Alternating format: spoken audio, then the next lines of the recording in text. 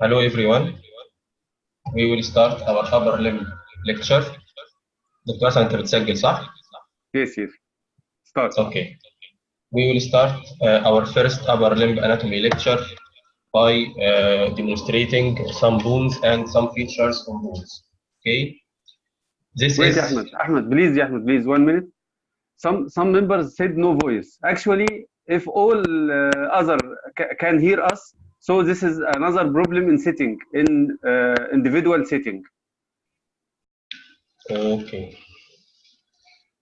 We will start by some features on upper limb bones. This is scapula. This is the posterior surface of scapula. Okay. This feature called spine of scapula. There is a fossa above and fossa below. The fossa above is called supraspinous fossa. The fossa below is called infraspinous fossa. Okay. There is a muscle take its origin from supraspinous fossa, and another muscle takes its origin from infraspinous fossa. We will discuss later. All right. We have two processes here.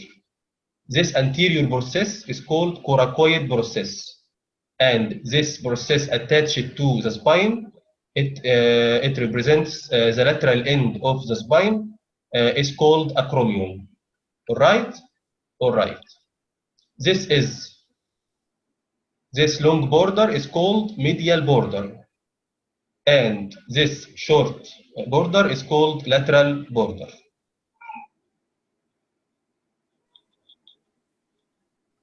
This picture is from in front. This is coracoid. The posterior one is acromion. This is the glenoid fossa, and this large fossa is called subscapular fossa. It gives an origin to another muscle. So we have three fossa in scapula: supraspinous fossa, infraspinous fossa, and subscapular fossa. Each one gives an origin to a different muscle. All right. Here in the glenoid fossa, we have two tubercles. Tubercle here above the glenoid fossa, and another one here below the glenoid fossa. The upper one is called supraglenoid tubercle, and the lower one is called infraglenoid tubercle. They are very important landmarks to very important two muscles. Right? They give origin to two important muscles. This is the upper half of the humerus from anterior and from posterior. This red part is called head here, head. All right? The yellow part after the head is called anatomical neck. Here is anatomical neck. Here is the surgical neck. So the humerus has two very important necks: anatomical neck here after the head, and surgical neck here. All right. From the anterior surface, we can identify two important processes. The greater one is called greater tubercle, and the smaller one is called lesser tubercle. The greater tubercle gives origin or insertion to three important muscles. You must know. We will discuss later, inshallah. And here is the lesser tuberosity. Right? Greater tuberosity and lesser tuberosity. In between the two tuberosities, there are grooves called bicipital groove. All right? This is the greater tuberosity from the back of humerus.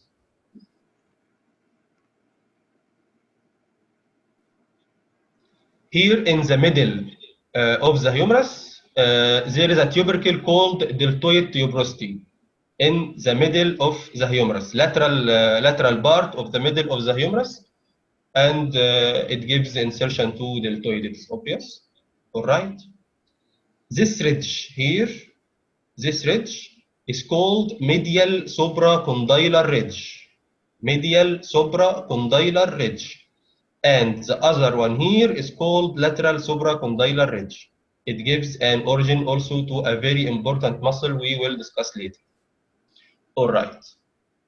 This structure is called trochlea, and the adjacent structure here is called capitulum. Here is the trochlea, and this is the capitulum. Trochlea articulate with ulna, and capitulum articulates with head of radius to form elbow joint. All right.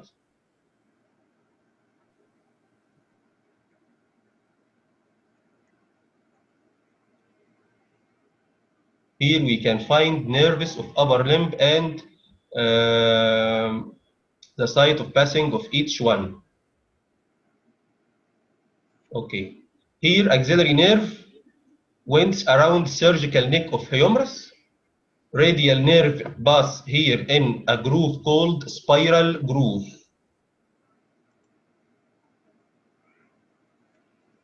Because it is very important landmark. And the ulnar nerve here pass behind medial epicondyle, and this is a very common site of injury to ulnar nerve, behind medial epicondyle. Okay. In this picture, we can find the upper half of radius, which consists of head, neck, and radial tuberosity. This tuberosity is very important. And here, the lower part of radius and the ulna, and the most important feature here is radial styloid. This is called radial styloid. Okay, and these are the carpal bones. You must know them. They are very important. And there is a mnemonic. I will write it later to the group.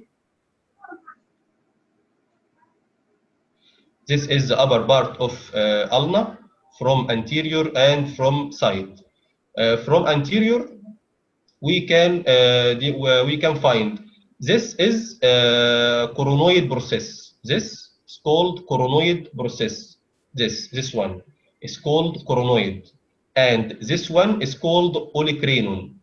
Okay, this yellow part is called trochlear notch. This one is olecranon. This is coronoid, and this is the trochlear notch. Okay, this was an introduction. Now we will discuss the muscles, muscle by muscle.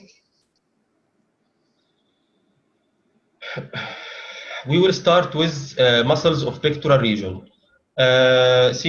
We will discuss muscles in general rapidly to save time to the most important topics. Okay. Here we will start with pectoralis major muscle. You don't need to study origin, insertion. They are very easy from here, from the picture. Okay. The picture demonstrates that pectoralis major muscle has two heads. Here in the orange one and the purple one. The orange one takes its origin from clavicle, and here from side of sternum and upper 6 ribs. Okay. Insertion of pectoralis major, and the thing you must study well is its insertion is in the lateral lip of the bicipital groove. We will take two structures that have an insertion to three muscles: greater tuberosity and bicipital groove. This is the first one of the two structures, bicipital groove. Bicipital groove has two lips: lateral lip, medial lip, and the groove itself, and the floor of the groove. Okay, lateral lip of bicipital groove gives an insertion to pectoralis major muscle. All right, all right. Pectoralis major nerve supply is medial and lateral pectoral nerves. They are two nerves we will discuss later, inshallah. Pectoralis major takes its nerve supply from medial and lateral pectoral nerves. Action is for reading. Read it. Pectoralis minor muscle, you should know its nerve supply. It is medial pectoral nerve. Okay, medial pectoral nerve. Also see it from the picture and study it. Serratus anterior muscle. This is a very important muscle. Okay, we will see it from the picture. Serratus anterior muscle take its origin from the upper 8 ribs by 8 digitations. 8 digitations, 8 fingers from the upper 8 ribs. This is the origin. Its insertion is in the medial border of the scapula, the long one we discussed before. Okay? So its origin is from 8 digitations from upper 8 ribs, and its insertion is into medial border of the scapula. Okay? Okay. Its nerve supply from a very, very important nerve. It's called long thoracic nerve or long thoracic nerve of belly. It can be asked by the two names, long thoracic nerve or long thoracic nerve of belly. Its main action is fixing scapula to posterior thoracic wall. Fixing scapula to posterior thoracic wall. So, what will happen if this muscle is injured or injury to the long thoracic nerve? If long thoracic nerve is injured or the muscle is injured, we will have this picture here. This picture here. What is this picture shows? This picture shows winging of the scapula. The scapula is not to the posterior thoracic wall. Okay, so we will see that this picture. All right, winging of scapula. So when does winging of scapula occur? Winging of scapula occur due to injury of serratus anterior itself or its nerve supply.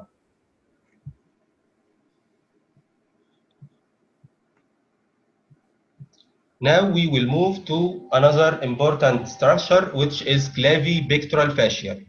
Attachment of clavipectoral fascia is shown below in a picture. Not so important. The very, very important is structure birthing it. Okay, this is the picture here. Structure birthing clavipectoral fascia. The green structure here is clavipectoral fascia.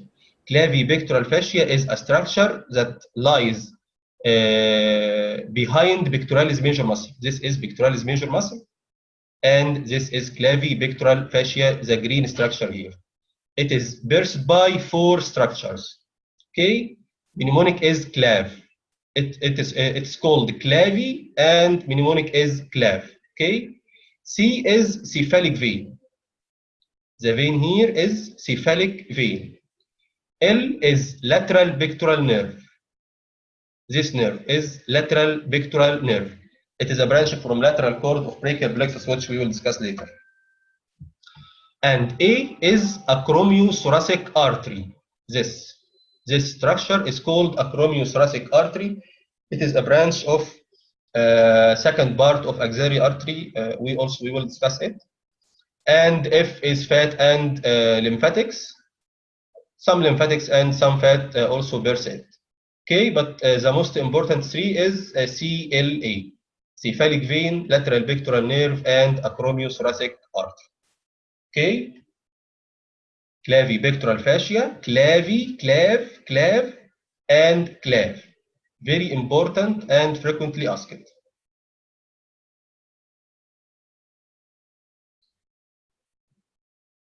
Okay, here also we can find 2 muscles. Okay, origin of 2 muscles is for reading. Okay, insertion of trapezius and of latissimus dorsi. Here we can find floor of bicipital groove. This is the second muscle that gives insertion to bicipital groove. The first one was pectoralis major, give insertion to lateral lip of bicipital groove. This one gives insertion to floor of bicipital groove. Okay, so trapezius. What is the insertion of trapezius? Insertion of trapezius is best demonstrated by a photo. Yes, here. This structure anterior is the clavicle. This is acromion process, and this is spine of scapula. And the blue line here is the insertion of trapezius. So this is the clavicle, all right? And this blue line here is back of the clavicle. So the first insertion is from back of the clavicle. Okay? Okay. This part is the medial part of acromion process. So the second insertion is from medial border or medial part of acromion process. Is the upper border of spine of scapula. This is a spine of scapula. So we have three insertions for trapezius. The first one is from back of clavicle. Second one is from medial part of acromion. And third part is upper half of spine of scapula. Okay, this is the insertion of trapezius. Another information here, deltoid muscle takes its origin from opposite of this insertion. So when we say the first insertion of trapezius is back of the clavicle, so the first origin of deltoid is from anterior part of the clavicle. Second insertion of trapezius is from medial part of acromion process. So the second origin of deltoid is from lateral border of acromion process. Okay. Third insertion of trapezius is upper border of spine of scapula, and third origin of deltoid is from lower border of spine of scapula. We will discuss deltoid later also. Okay. Okay.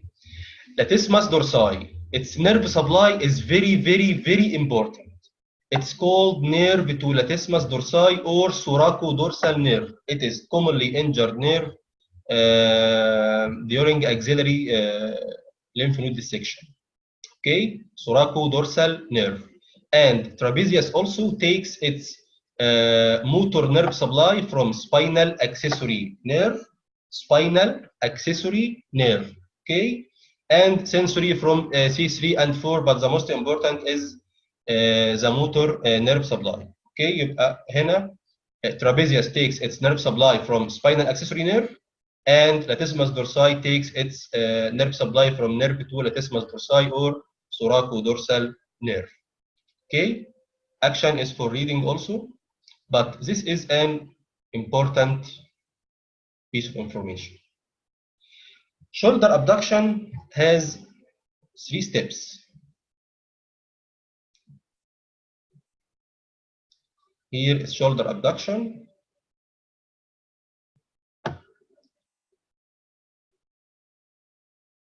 Here.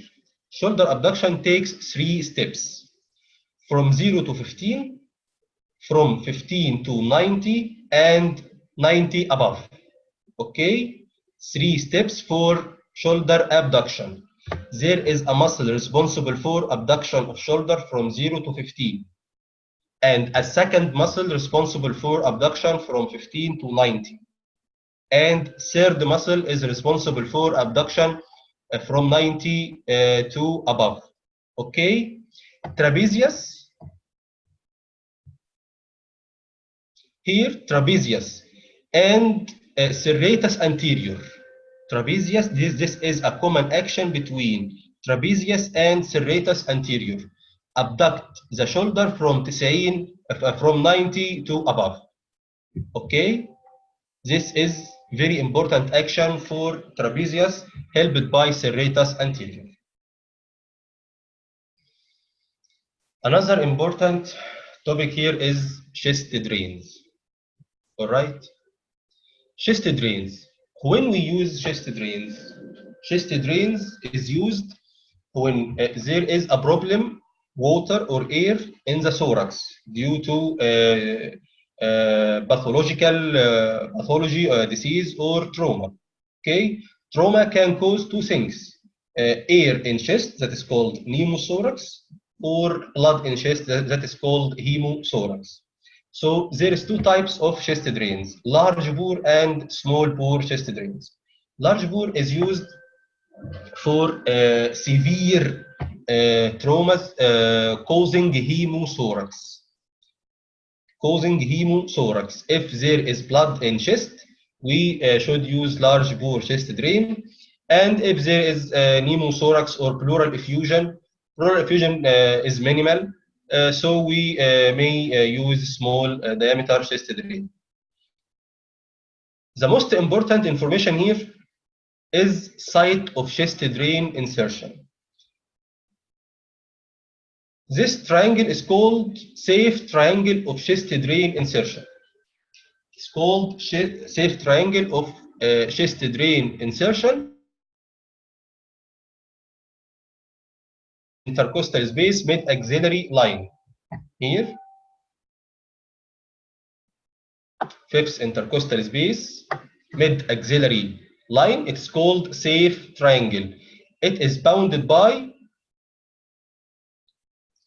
this line is the anterior edge of the muscle we discussed before, which is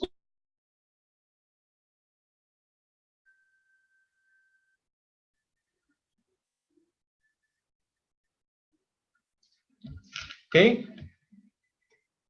This line is formed by anterior border of latissimus dorsi. Okay, and here we can find the lateral border of pectoralis major muscle. Here is anterior border of latissimus dorsi. Here is lateral border of pectoralis major muscle. And this line here is line superior to the horizontal level of the nipple. Okay, this is the horizontal level of the nipple. This is the nipple here, and this is the horizontal level of the nipple, just superior to the horizontal level of the nipple. And this is apex of scapula. Okay, apex of axilla. Okay, this is called safe triangle. It is asked by site, which is fifth intercostal space mid axillary line, and by boundaries: anterior edge of latissimus dorsi, lateral border of pectoralis major, and line superior to the horizontal level of the nipple. Okay. Okay. During chest drain insertion, the most structure liable to injury is intercostal artery. So below each rib, there is groove in the inferior side of each rib. Structures here in this groove are arranged like VAN. V-A-N, intercostal vein, then intercostal artery, then intercostal nerve. So the intercostal vein is hidden in the groove, in the costal groove. So the intercostal artery is the most commonly injured structure during chest drain insertion. So in the scenario, he will tell you during chest drain insertion, brisk bleeding found.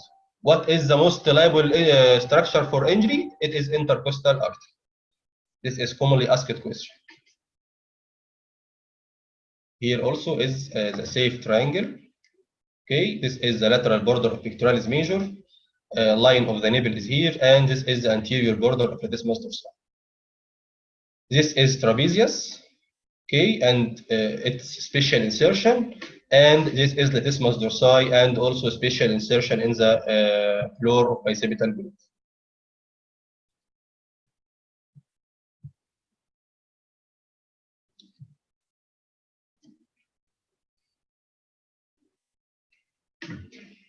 Muscles of shoulder region. We have 5 muscles of shoulder region. The first one is called supraspinatus, infraspinatus, subscapularis, teres minor, and teres major. Okay, let's discuss it one by one. Supraspinatus, its origin from supraspinous fossa, we talked before. Okay, insertion here is the second most important structure, which is greater tuberosity and its 3 muscles. Okay, greater tuberosity have 3 facets. Greater tuberosity has 3 facets. The upper facet in the upper part here gives an insertion to supraspinatus. Okay, this is the upper facet. The middle facet gives an insertion to infraspinatus. So we have supraspinatus, takes origin from supraspinous fossa, as we discussed before. Infraspinatus takes its origin from infraspinous fossa, as we discussed before. Insertion, supraspinatus is in the upper facet and infra is in the middle facet. Okay? The nerve supply are the same from suprascapular nerve. From suprascapular nerve. Subscapularis. From its name, it takes an origin from subscapular fossa, this is the third fossa in the scapula. Okay? From subscapular fossa. Okay, its insertion is very important. Really, it is the most important insertion of the all five. Okay, subscapularis is inserted into lesser tuberosity of the humerus. It is the only muscle that is inserted into lesser tuberosity of the humerus. So humerus has two tuberosities, greater tuberosity and lesser tuberosity. The greater tuberosity gives 3 insertion. The first two here is supraspinatus and infraspinatus. The third will be discussed here soon. And lesser tuberosity gives 1 insertion to subscapularis. It's nerve supply from upper and lower subscapular nerves. Upper and lower subscapular nerves. Okay. Teres minor. Teres minor muscle. Teres minor muscle is the third muscle which is inserted into greater tuberosity. So the muscles inserted into greater tuberosity is complete now. Supraspinatus in the upper facet, infraspinatus in the middle facet, and teres minor in the lower facet. Okay, we talked before 2 muscles inserted in bicipital groove, which were pectoralis major in lateral lip, isthmus dorsi in the groove, and here teres major in the medial lip. Okay, I mark the most important informations, and the other informations you may read alone.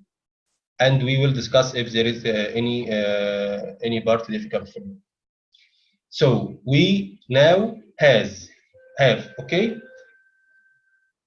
greater tuberosity with its 3 muscles, lesser tuberosity with its single muscle, the most important one, and bicipital groove with its 3 muscles. Okay. This is deltoid, and as we talked before, deltoid is the reverse of trapezius, and these are the 3 origins of deltoid. Here is the insertion of trapezius, and in the opposite side here is the origin of deltoid, from anterior border of clavicle and lateral border of acromion and lower border of spine of scapula. As we talk in the bone, insertion will be in deltoid tuberosity. Where is the deltoid tuberosity? Deltoid tuberosity in the lateral side of middle of humerus. Okay, its nerve supply is very, very, very important. It is from axillary nerve. It's from what? Axillary nerve. Axillary nerve gives only 2 muscles, which are deltoid and teres minor. Okay, the only 2 muscles supplied by axillary nerve are teres minor and deltoid. Okay, please write this note anywhere in a paper or in the book. Okay.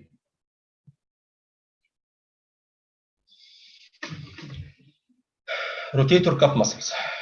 This is a very, very important topic. Okay. Shoulder joint is one of the most important joints in the body, and it is one of the most important joints. It is one of the most commonly joints to be dislocated. Shoulder dislocation. I think shoulder dislocation is shoulder and hip. Rarely we can find wrist or elbow dislocation, but really shoulder dislocation is very, very common. So it is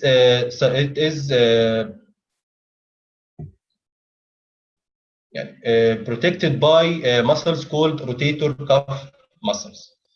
It is supported from above, in front, and behind.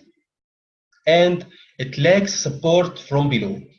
Okay, so it is commonly dislocated. The most common dislocation is inferior shoulder dislocation.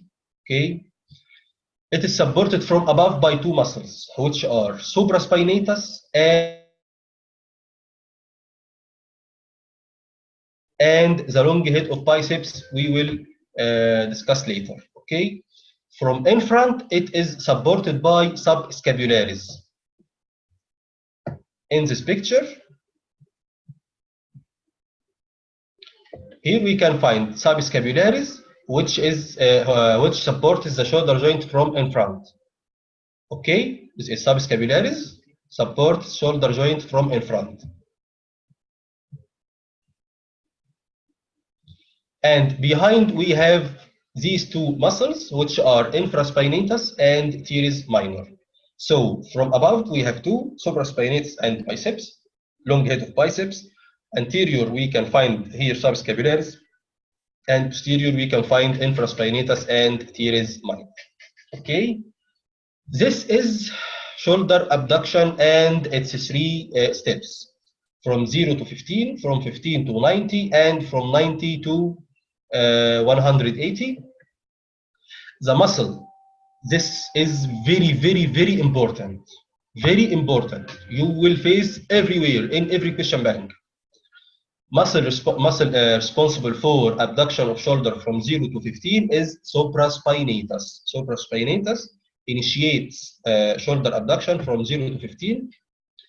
Middle fibers of deltoid or deltoid abduct shoulder from 15 to 90.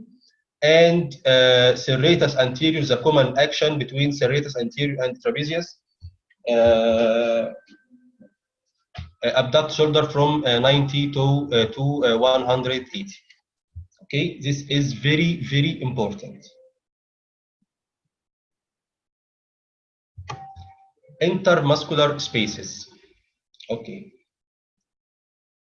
This picture demonstrates this is humerus and this is scapula. Okay. This muscle is teres major. Teres major, which is inserted into medial lip of bicipital groove, and this one is teres minor. Okay, this is teres major, and this is teres minor. They are crossed by this muscle, which is triceps. Okay, so teres minor, teres major, and triceps. When they are crossed together, they form two triangles and one quadrangular. They called intermuscular spaces.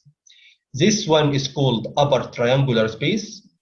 This one is called lower triangular space, and this one is called quadrangular space. Okay, upper triangular, lower triangular, and quadrangular. Right? Structures passing through these spaces are very, very important. We will read them now, and we will discuss them with each structure. Okay, quadrangular space here contains axillary nerve and posterior circumflex humeral artery. Axillary nerve. This is axillary nerve, which winds around surgical neck of humerus. If you remember, axillary nerve winds around surgical neck of humerus and found in quadrangular space. Posterior circumflex humeral artery is one of branches of third part of axillary artery, which we will discuss later. Okay.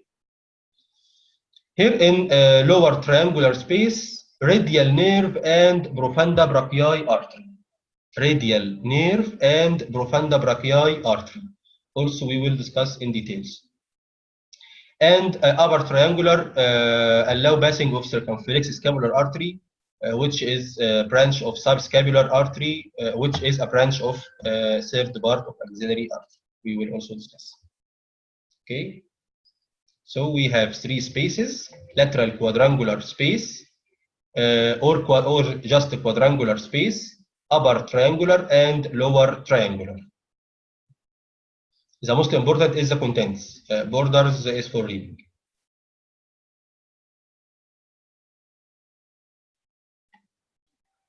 Axilla. Really, the most important topic to be known about axilla is contents of axilla. Okay, but rapidly we will discuss boundaries.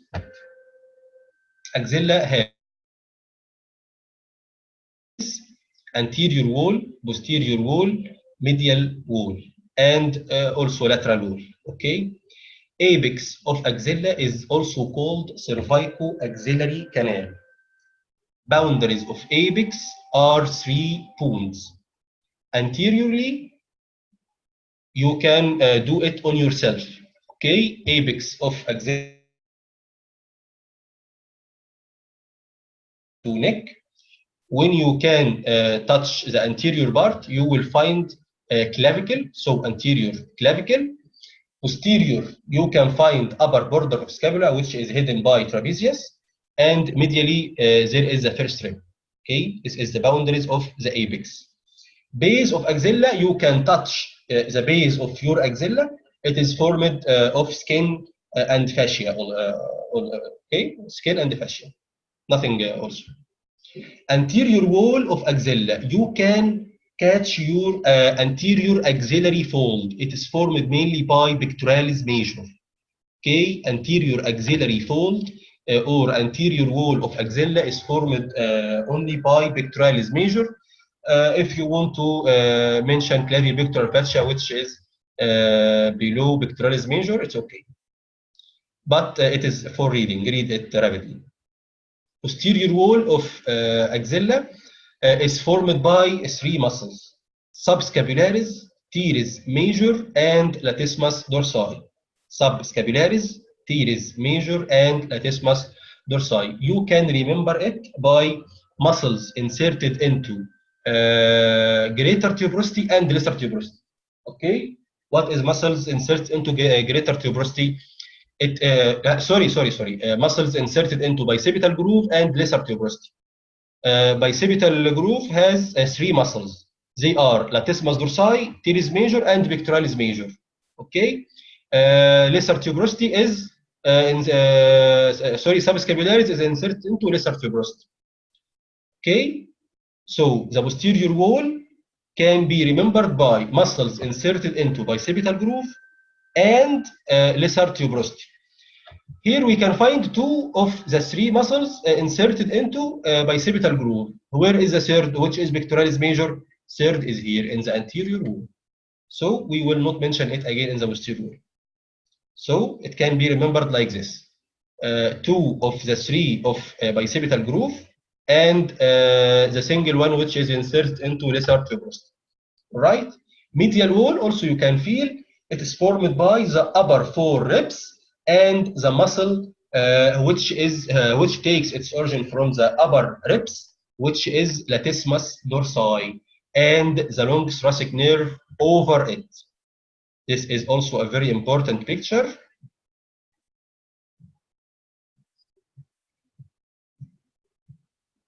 Don't know if I downloaded it or not. Okay, I will. Okay, I will send it to WhatsApp group. Long thoracic nerve is over latissimus dorsi. Is over latissimus dorsi. Okay. The most important one is contents of axilla. The topic that I mentioned, which is very, very important, please mark it. Contents of axilla. Okay. There is an artery, vein, and 2 nerves. Artery, vein, and 2 nerves. The artery is, from the name of axilla, is axillary artery and its branches. The vein is also from its name, axillary vein and its tributaries. Okay. The only group of nerves that pass in the axilla is the brachial plexus. So here we will take from nerves, cords of brachial plexus. And this nerve is very, very important. It's called intercostobrachial nerve. Where we can find intercostobrachial nerve? Intercostobrachial nerve is here. This is the intercostobrachial nerve. Okay, this intercostobrachial nerve is from second intercostal nerve. It is a branch of second intercostal nerve. Don't forget it. From second intercostal nerve. It gives sensory nerve supply to floor of axilla and medial side of upper arm. Intercostobrachial nerve, frequently asked. Okay, it originates from second intercostal nerve and gives the sensory nerve supply to floor of axilla and upper medial part of the arm.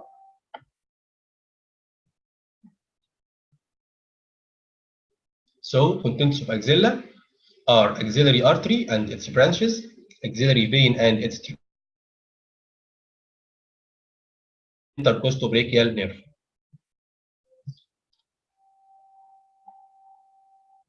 Okay, brachial plexus, nearly the most important topic in all upper limb. Okay, we will discuss in details. Before discussing brachial plexus, Dr. Abu Omar will unmute you if anyone has any question in the last topics. Dr. Asad.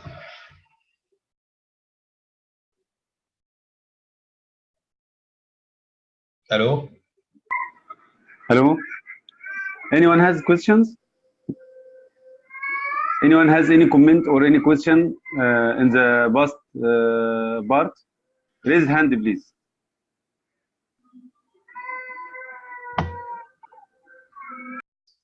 So yellow parts is roots and blue parts is cords. Okay? Each two roots unit together to form one cord, except C7, which forms itself forms the middle. Trunks. Sorry. The yellow parts is roots. The blue parts is trunks. Each two roots unit to form one trunk. Okay. C5 and 6 unit to form the upper trunk. C8 and T1 unit to form the lower trunk, and C7 alone forms its own middle trunk. Okay, so we have roots from C5 to T1, frequently asked, roots of brachial plexus from what to what, C5 to T1, and also trunks. Upper two roots form upper trunk, third root, which is C7, form middle trunk, C8 and T1 form lower trunk. Then what happens? Each trunk gives two branches, anterior and posterior division. Okay, so first root, then trunks, then divisions. Each trunk gives anterior and posterior division. Here anterior one in green and orange posterior. Green is anterior, orange is posterior, brown is anterior, and orange is posterior. Okay. After divisions, we have cords. So roots, trunks, divisions, then cords. How does cords form it? The upper division of, the anterior division of upper and middle trunk, which is green here, unit together to form what's called lateral cord.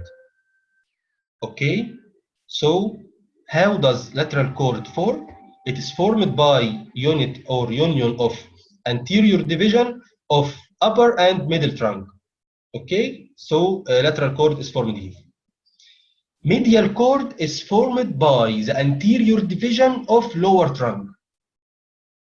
So anterior division of upper and middle trunks gives lateral cord. Anterior division of lower trunk only gives medial cord, and union union of posterior divisions of the three trunks gives posterior cord. So we have roots from C5 to T1, roots unit together to form three trunks, upper, middle, and lower trunk. Each trunk gives anterior and posterior division.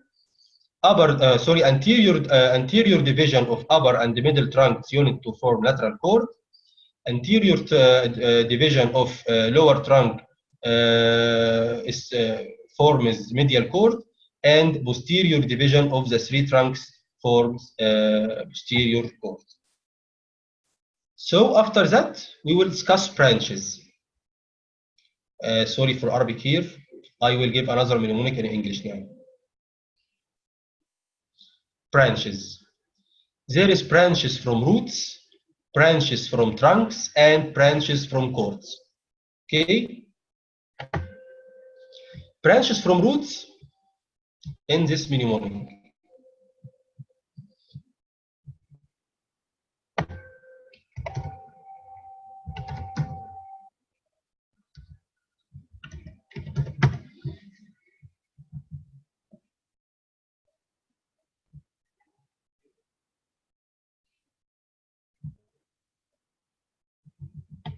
Okay? Long fresca. If anyone knows fresca, fresca is an Egyptian candy. I don't know if it's found abroad or not, but it is an Egyptian candy. It's called fresca. It's one word, okay? Fresca. Okay? We will divide it just.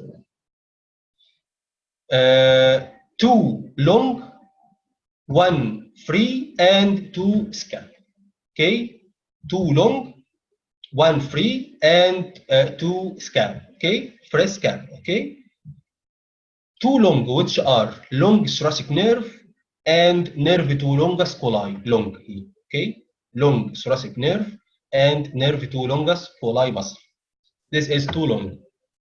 One free, which is phrenic nerve. Free, phrenic nerve. Okay?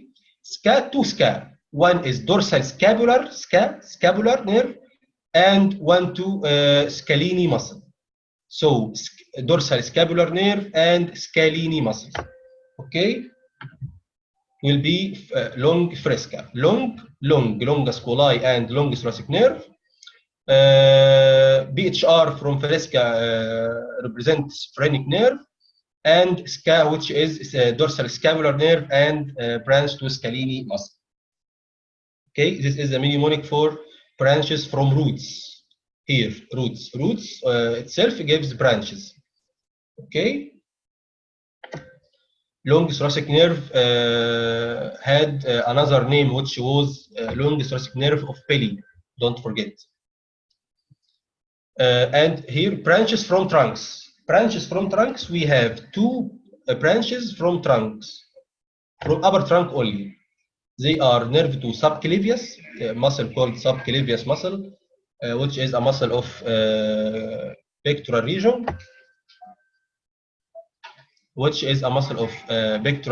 It is not important. And suprascapular nerve. Okay. Then branches from cords. The most important branches are the branches from cord. We will divide them. Okay, posterior cord is the easiest part. Its branches have a mnemonic called ulnar. Okay, ulnar. Okay, here. Yeah, posterior cord. It's nerve. L, lower subscapular nerve. N represents nerve to latissimus dorsi or thoracodorsal nerve. A is axillary nerve and R is radial nerve. Okay. Please don't hesitate or don't confuse. As ulnar nerve, don't confuse. Ulnar nerve is not from posterior cord. Only mnemonic. It's called ulnar. Okay, but ulnar nerve itself is from medial cord here. So posterior cord mnemonic is ulnar, upper subscapular, lower subscapular, nerve to latissimus dorsi or thoracodorsal nerve. A is axillary nerve and R is radial nerve. Lateral cord and medial cord will take a competition with each other. Here, herb and herbana. Lateral cord and medial cord. The most powerful, of course, is the male cord. All right? Okay. Lateral cord says, I will give lateral pectoral nerve. So medial cord says, okay, I will give medial pectoral nerve. Lateral cord says, I will give lateral root of median nerve. Medial says that I will give medial root of median nerve. So lateral pectoral and lateral root of median, here medial pectoral and medial root of median. The third one here is musculocutaneous nerve, okay? Musculocutaneous, two parts, musculo and cutaneous. Give muscles and cutaneous, okay? So this herb says that I will give 3 instead of your 1, okay? They are ulnar nerve, and other 2 medial cutaneous nerve of arm and medial cutaneous nerve of forearm. All right, this is the best way to study this part. Okay, again. Lateral cord says I will give lateral pectoral nerve. Medial cord says I will give medial pectoral nerve. Lateral root of median nerve, medial root of median nerve. I will give a nerve that contain muscular branches and cutaneous branches, which is musculocutaneous nerve. Okay, I will give 3 branches instead: ulnar nerve, medial cutaneous nerve of arm, and medial cutaneous nerve of forearm. Okay. Any question in brachial plexus؟ دكتور ابو عمر معلش عشان مهمه بس.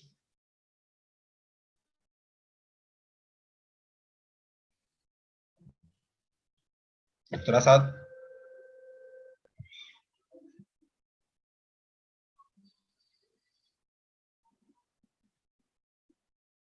Okay, we'll continue. Okay.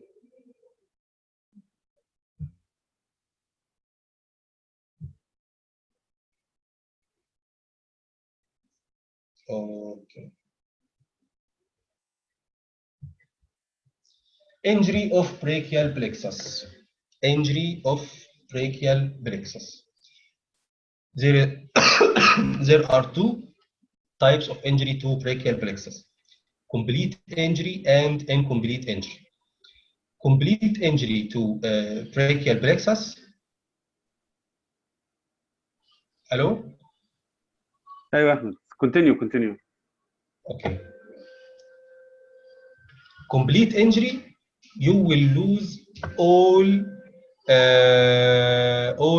motor and sensory function from the whole upper limb, except in the motor changes, paralysis of all muscles of upper limb will occur, except trapezius.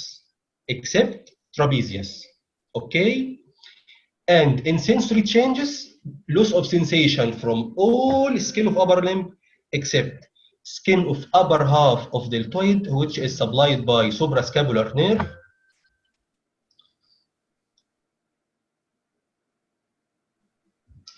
and skin of upper part of medial side of arm and the floor of axilla, which we discussed, which is supplied by intercostobrachial nerve, which is far away of brachial plexus. It is from second intercostal nerve. Okay, the incomplete injury is the most important. Maybe injury in upper trunk and injury in lower trunk. Okay, if the injury is in upper trunk, you will lose the function of SAM nerves. SAM nerves, which are suprascapular nerve, axillary nerve, and musculocutaneous nerve.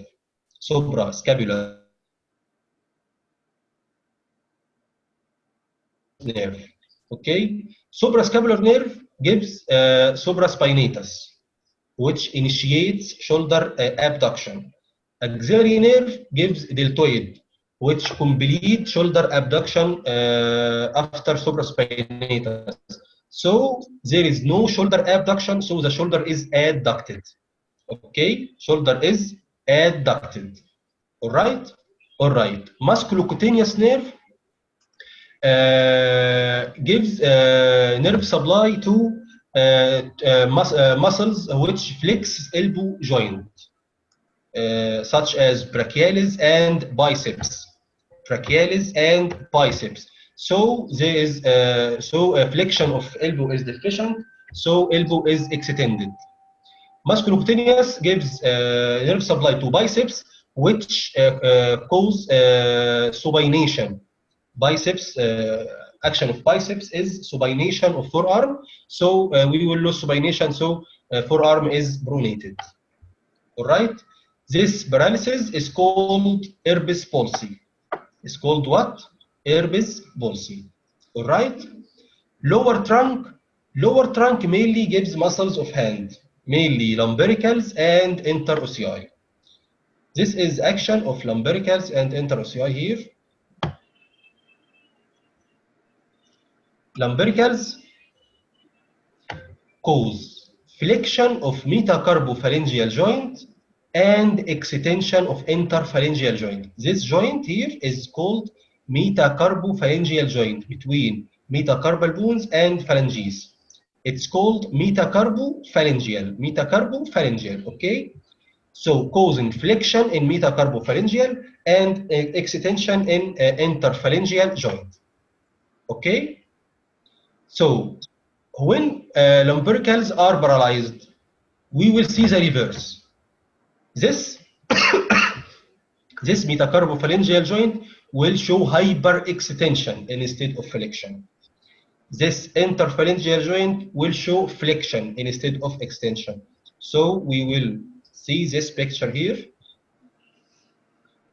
Hyperextension in metacarpophalangeal joint and flexion in interphalangeal joint, which is called complete claw hand. Complete claw hand or clumbex paralysis. Okay? Clumbex paralysis or complete claw hand. This is the lesion of lower trunk. So, upper trunk, we will find lesion in SAM nerves, which is suprascapular nerve, axillary and musculocutaneous nerve. Enumerate muscles supplied by these nerves and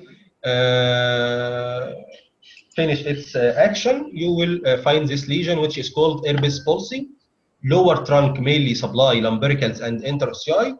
Its action is flexion here, flexion in metacarpophalangeal joint and extension in interphalangeal joint. So deformity will be extension or hyperextension in metacarpophalangeal joint and flexion in interphalangeal joint. So we will see this lesion here, which is complete claw hand or clumbex paralysis. Okay, this is deformity or signs of injury of brachial plexus. Okay.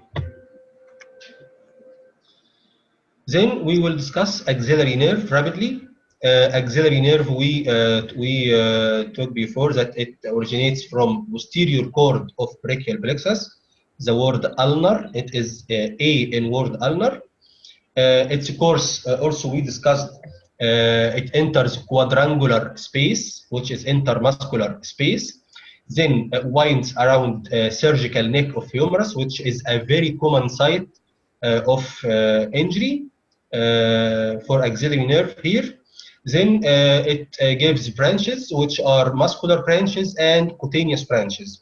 Its muscular branches are for two muscles, which are deltoid and teres minor, which we discussed before. Very, very important, this information. Deltoid and teres minor, and cutaneous nerve supply to skin over upper half of lateral side of arm. We will take later in cutaneous nerve supply of upper limb. Okay, so muscular branches to deltoid and teres minor, cutaneous branches to skin over upper half of lateral side of arm. By the way, lateral side of arm and forearm, cutaneous nerve supply to lateral side of arm and forearm is in the word arm. Okay, ARM. Upper half of arm is with axillary nerve, cutaneous nerve supply to upper lateral side of arm.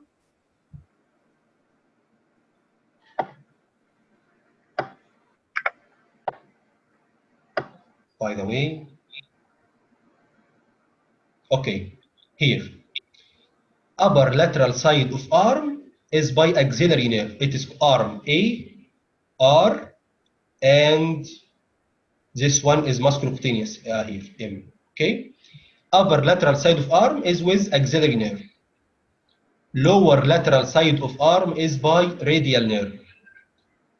Lateral side of forearm is by musculocutaneous nerve. Okay, so this is the cutaneous nerve supply of lateral side of arm and forearm.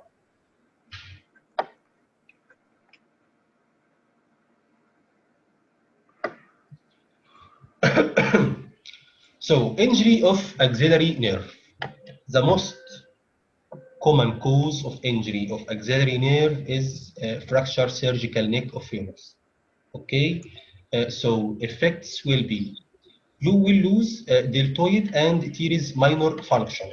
So paralysis of deltoid and teres minor leading to loss of abduction of arm or shoulder abduction from 15 to 90. Okay, this is the second stage of shoulder abduction. The first was from 0 to 15. This is the second from 15 to 90. You will lose it by axillary nerve injury. Okay, cutaneous branches. It was upper half of lateral side of arm. So you also will lose it. So sensory loss of skin over upper lateral part of arm. Okay. When deltoid is paralyzed, your shoulder will be flat. You will not have the contour of deltoid gives a contour to shoulder joint. Okay, deltoid is a bulky muscle giving a contour to shoulder joint. So deformity in axillary nerve paralysis is flat shoulder. Okay, flat shoulder. By the way, you can also see flat shoulder in C5 nerve compression, but it's too early to mention thing like that. But flat shoulder is also seen in C5 cervical nerve compression. If any orthopedic surgeon with us, he will know this.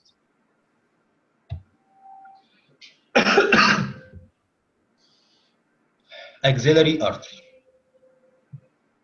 Axillary artery here. This is brachiocephalic trunk. Okay, brachiocephalic gives common carotid, which is green one, and blue one is subclavian. Okay, this is arch of aorta, gives brachiocephalic. Brachiocephalic gives common carotid and subclavian. Subclavian, when subclavian artery crosses the outer border of first rib, it is called axillary artery. So axillary artery is considered a continuation of subclavian artery. Axillary artery is a continuation of subclavian artery. After what? After lateral border of first rib. Okay. This yellow part is axillary artery. It starts in lateral border of first rib. It ends in lower end of muscle is called teres major. Okay. It extends between lateral border of first rib and lower border of teres major. This muscle, which is pectoralis minor, which you will read, divides the axillary artery to three parts. One before it, one below it, one under it, and one below it. Okay? Pectoralis minor divides axillary artery into three parts. One before it, one under it, and the third one is below it, pectoralis minor. Okay.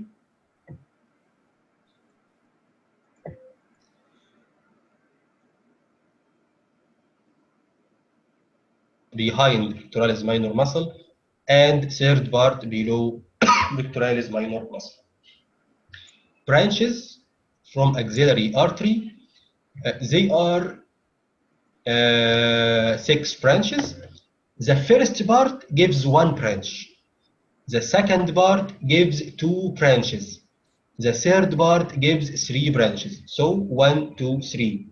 First gives 1, second gives 2, and third gives 3. There is a mnemonic for them here.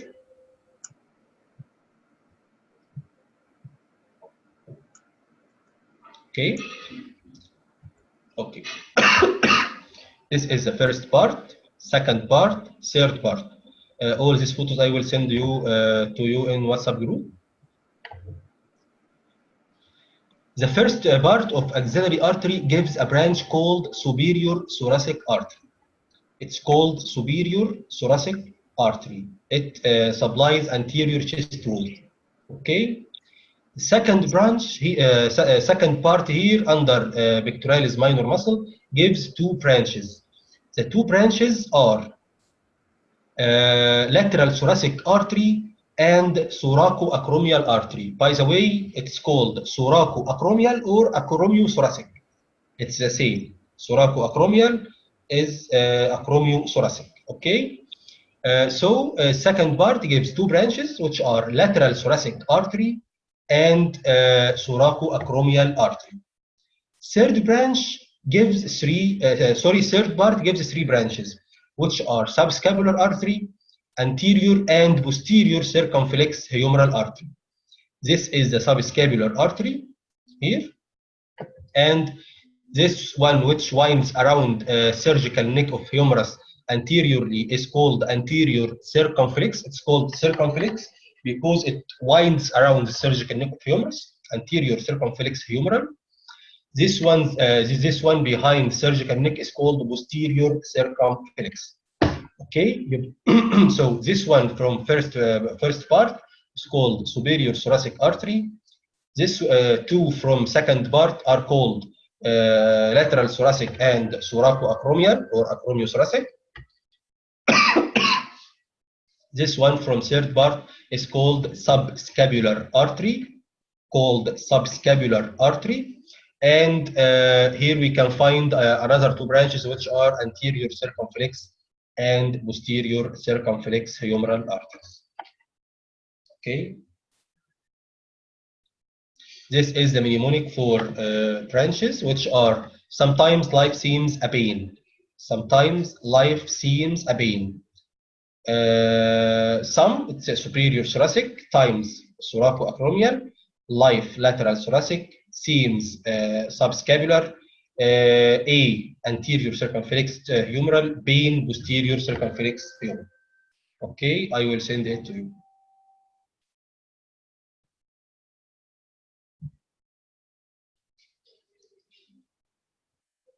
Other photos demonstrating.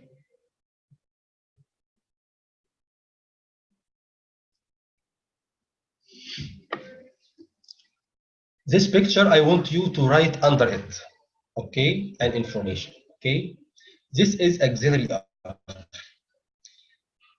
These blue structures around axillary artery are cords of brachial plexus. Are what? They are cords of brachial plexus. This is a very important question, okay? Cords of brachial plexus winds around axillary artery. Axillary artery is found between cords of brachial plexus in the axilla. Okay, this is very important. Guys, I intended not to put all information in the book because I want you to write by your hand. Okay, I want you to write the most important information by your hand. Okay, I intended it. So here we can find muscles of the arm. Muscles of the arm. Muscles of the arm are two groups. Okay, two groups. Anterior group and posterior group. Anterior group are three muscles. One muscle. Posterior group is only one muscle. Anterior group or anterior compartment is formed by coracobrachialis muscle, brachialis muscle, and biceps. Coracobrachialis, brachialis, and biceps. Origin of coracobrachialis is from coracoid process. Okay, coracoid process. Muscles, as we said before, we will take it rapidly to save time to the other important topics. Brachialis takes origin from lower half of humerus. I will show you now in the photos. Biceps is the most important. Origin of biceps is the most important. Okay, biceps has two heads. Sorry, biceps has two heads: short head and long head. Short head of biceps takes a common origin with coracobrachialis from coracoid process. So short head takes a common origin with coracobrachialis from coracoid process. Long head takes an origin from supraglenoid tubercle, which I mentioned before. Okay. Okay. This is the glenoid tubercle. Here is the glenoid fossa. This tubercle above glenoid fossa is called supraglenoid tubercle, and this tubercle below the fossa is called infraglenoid tubercle. So this one gives an origin to long head of biceps, and this one gives an origin to long head of triceps, by the way. Okay, so the superior one gives an origin to long head of biceps, the inferior one gives an origin to long head of triceps. Okay, so this is the origin. Insertion of coracobrachialis in a tuberosity. It is inserted into a tuberosity or a tubercle in the middle of medial border of humerus. Okay, opposite deltoid tuberosity. Insertion of coracobrachialis is opposite insertion of deltoid muscle. Okay, brachialis is inserted into ulnar tuberosity. Ulnar tuberosity. Where is this ulnar tuberosity? It is found on anterior surface of coronoid process of ulna. The anterior process of ulna is called coronoid process. Biceps has two insertions, by tendon and by aponeurosis. By tendon, opposite brachialis is inserted into ulnar tuberosity. Biceps is inserted into radial tuberosity, also in the anterior surface of radius. Okay, we discussed before ulnar tuberosity and radial tuberosity. Biceps is inserted also by aponeurosis in deep fascia of the forearm. Here is inserted by aponeurosis in deep fascia of the forearm. Okay, nerve supply of all anterior compartment of arm is musculocutaneous nerve. Is what? Is musculocutaneous nerve, except lateral part of brachialis. Okay, so nerve supply of all anterior compartment of arm is by musculocutaneous nerve, except lateral part of brachialis, which is supplied by radial nerve. So not to be confused, medial contain M, medial part of brachialis supplied by M, also musculocutaneous nerve. So M supplied with M. Okay, medial part is supplied by musculocutaneous, and lateral part is supplied by radial nerve. Okay, the most important action of all anterior group is action of biceps. Actually, biceps crosses two shoulders. Two joints. Shoulder joint and elbow joint. Biceps crosses two joints, which is shoulder joint and elbow joint. And as it is a muscle of anterior compartment, it causes flexion of elbow and shoulder joint. The other very, very important action of biceps is supination. Okay, it is the powerful supinator of forearm.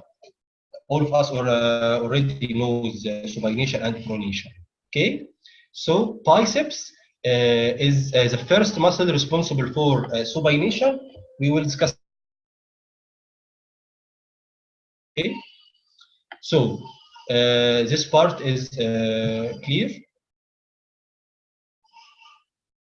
Posterior compartment is formed of one single muscle, which is triceps. Okay, triceps. Triceps has three heads. Long head, we discussed with long head of biceps, takes its origin from infraglenoid tubercle. Okay, the other two heads are lateral head and medial head. If you remember here,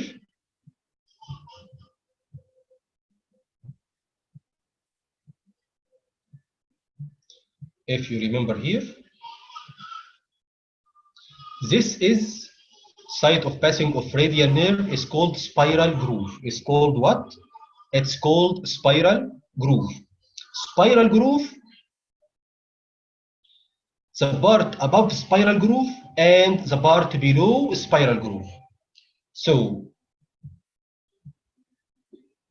lateral head takes origin from back of humerus above the spiral groove. Above the spiral groove. Medial head from back of humerus below the spiral groove. So how to remember? It's L, L, M. Two L are after each other. Okay, L, L, M. The first is from here from infraglenoid tubercle. Okay, the other L is below it, not very below. Okay, it's here in the it is above spiral groove. Okay, and the M is below spiral groove. So L, L, M. L long head from infraglenoid tubercle. L lateral head from above spiral groove. M medial head from below spiral groove. Okay. Insertion of triceps is in olecranon process of ulna. Olecranon process of ulna. This process. This green one. Here. This green one is the insertion of triceps muscle in the olecranon process of ulna. Okay.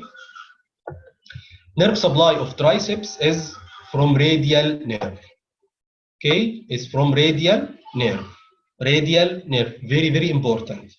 And triceps is the main extensor of the elbow joint. Triceps is the main extensor of the elbow joint. So triceps and biceps are very, very important muscles. Okay. I have chest infection maybe. So triceps, origin, three heads, insertion, we said in olecranon process, nerve supply, radial nerve, and action is the main extensor of the elbow joint. We will move to the next topic.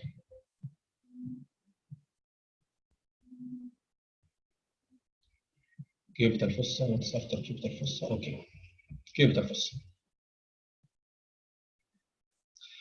Cubital fossa is the fossa which is anterior to elbow joint. Okay, this is the anterior part of the elbow joint. Here. Okay, anterior part of the elbow joint. What are the boundaries of cubital fossa? These two muscles we will discuss in forearm.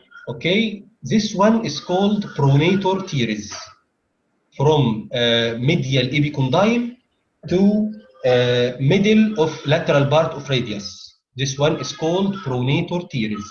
Okay, this muscle is called brachioradialis muscle. Brachioradialis muscle is along the radius. Okay, we will consider it along the radius. So it is lateral. Okay, pronator teres is medial. Okay, this is an imaginary line between the two epicondyles of the humerus. This is the medial one, and this is the lateral epicondyle. This is an imaginary line between the two epicondyles of the humerus. Okay, so boundaries of cubital fossa. Medially, it's easy, pronator teres. Laterally, brachioradialis. This is the base, which is an imaginary line between the two epicondyles, and apex is overlap between pronator teres and brachioradialis. Skin and fascia, that contains veins and cutaneous nerves. We will discuss here in contents. Okay, fascia contains veins of the upper limb, which are three veins: cephalic, basalic, and the median cubital vein, and lateral and medial cutaneous nerves of forearm. Okay, so about the contents. Here we can find brachial artery. Okay, brachial artery. So brachial artery anterior to neck of radius divides into two branches, which are radial and ulnar branches. Radial artery and ulnar artery in the cubital fossa. So the first content of the cubital fossa is brachial artery and its two terminal branches, which are radial artery and ulnar artery. Okay, okay. Biceps tendon also inserts into radial tuberosity, so we may consider it from contents. Okay. There are three very important nerves that cross from arm to forearm, which are median nerve, radial nerve, and ulnar nerve. Median, radial, and ulnar. In this photo, we can see this is median nerve, this is radial nerve, and this is ulnar nerve. Okay? Ulnar nerve passes behind the medial epicondyle. Okay, and behind the medial epicondyle is not considered part from cubital fossa.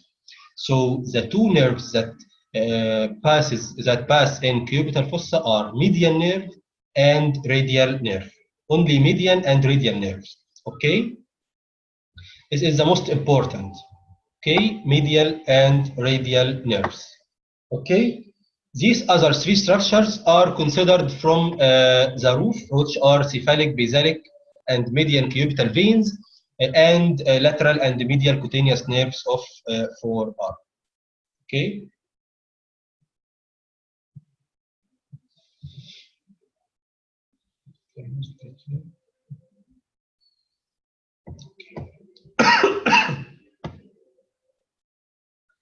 Musculocutaneous nerve.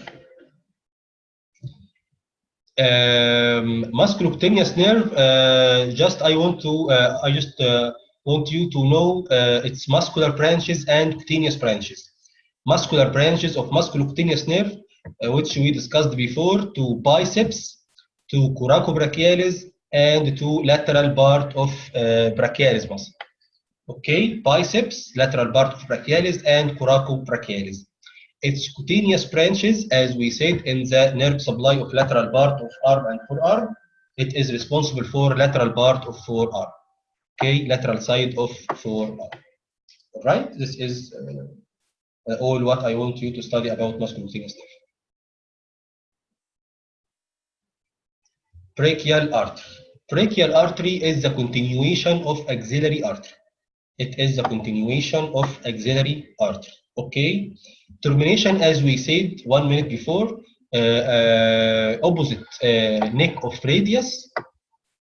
Opposite neck of radius by dividing into ulnar and radial arteries.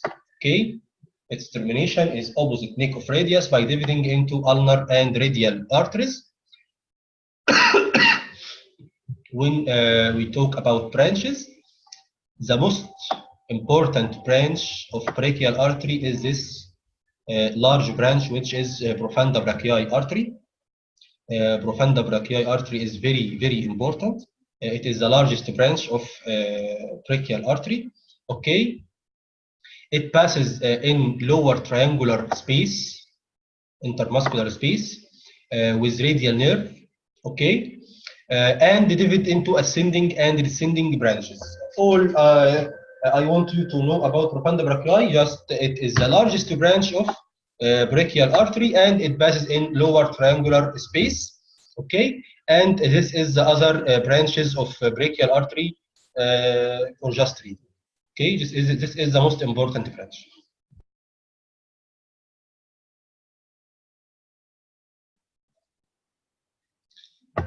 If there is any question before passing to muscles, flexor muscles of forearm, and I suggest break for 5 minutes because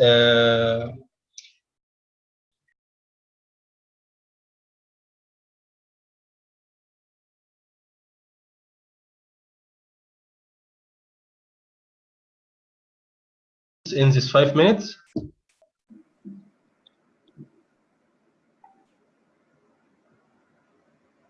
الو الو ايوه ايوه دكتور اسعد. Okay. Okay. Anyone has questions? How many, Ahmed? How many minutes? When we'll finish? Flexor muscles of forearm. Give me half an hour. Half an hour. So still remaining about 30 minutes. Okay. Yes. About half hour. Okay. Okay. 5 minutes break عشان انا فرهطت بصراحة. Okay. After 5 minutes, we will start again. Okay. Start.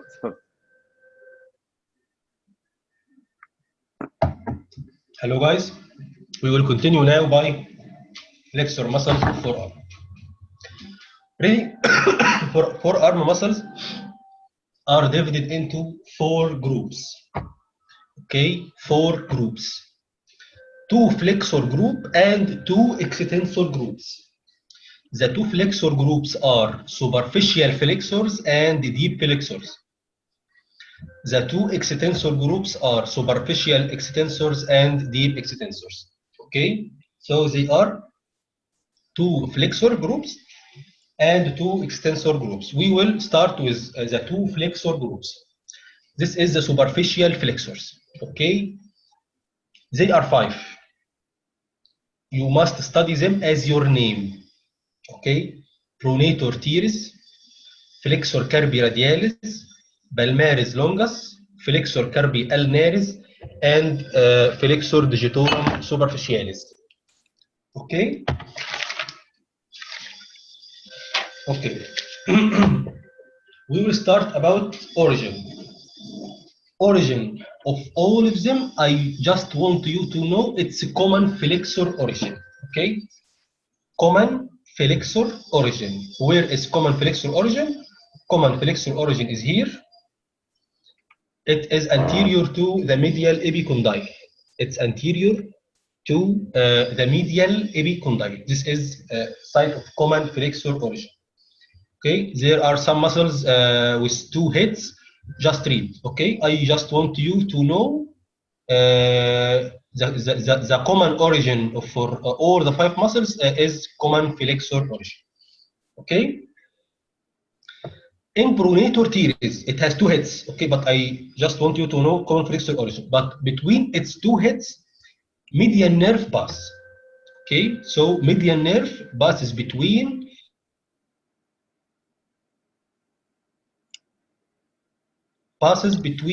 the 2 heads of flexor carpi ulnaris. Okay, flexor carpi ulnaris also has 2 heads. Ulnar nerve pass between its 2 heads. This is all about the origin. Okay, about the insertion. Insertion of pronator teres is in a rough area on the middle of lateral surface of radius. Here, this is pronator teres. Okay, the purple or whatever the color is. Pronator teres in the lateral part or middle of lateral part of radius.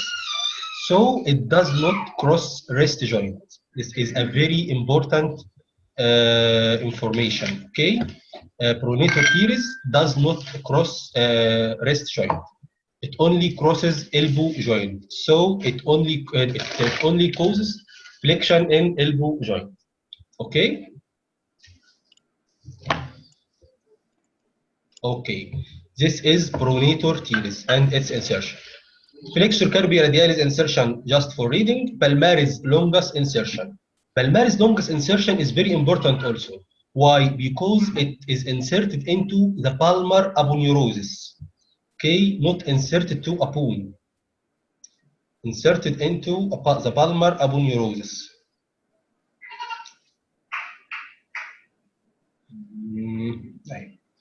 Okay, this is palmaris longus muscle and inserted to the palmar aponeurosis. Palmar aponeurosis is the fascia of the hand.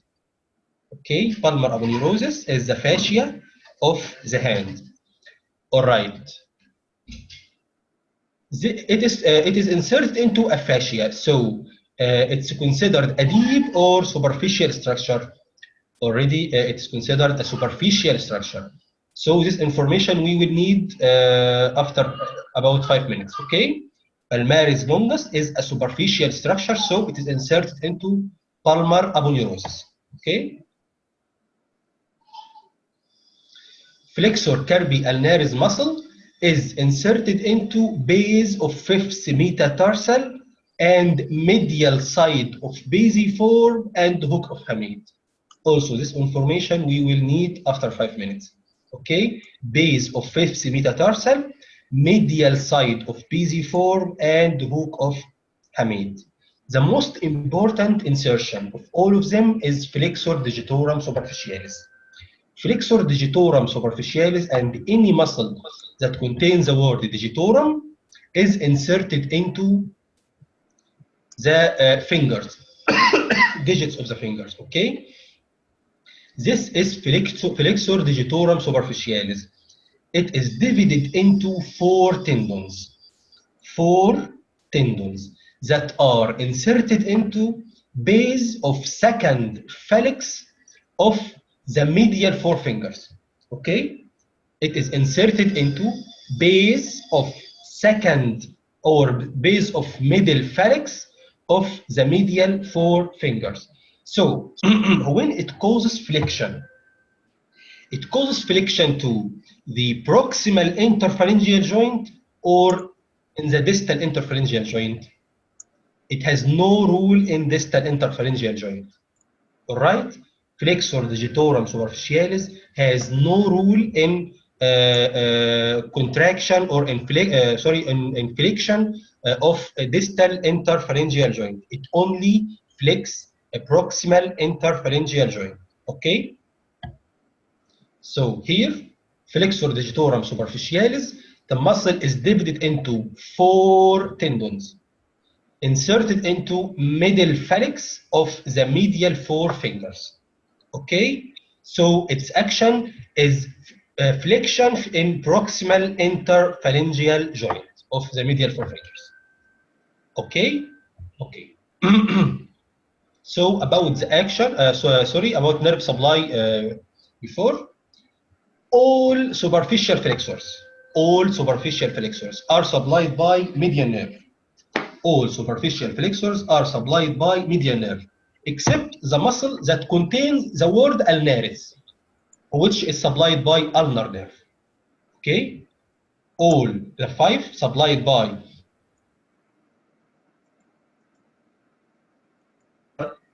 nerve, ulnar nerve. Another information about flexor. The first thing, flexor muscles of forearm, all of them cross elbow joint, right? All of them cross elbow joint. So all of them cause flexion in elbow. Okay? Okay. All of them cross wrist joint.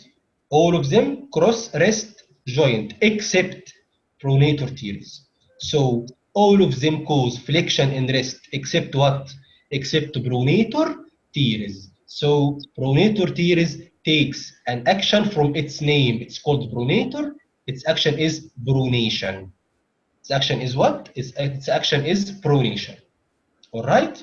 All right. Any muscle contain the word radialis, any muscle contains the word radialis causes radial deviation. Causes what? Radial deviation. What is the meaning of radial deviation? Radial deviation means abduction. Abduction.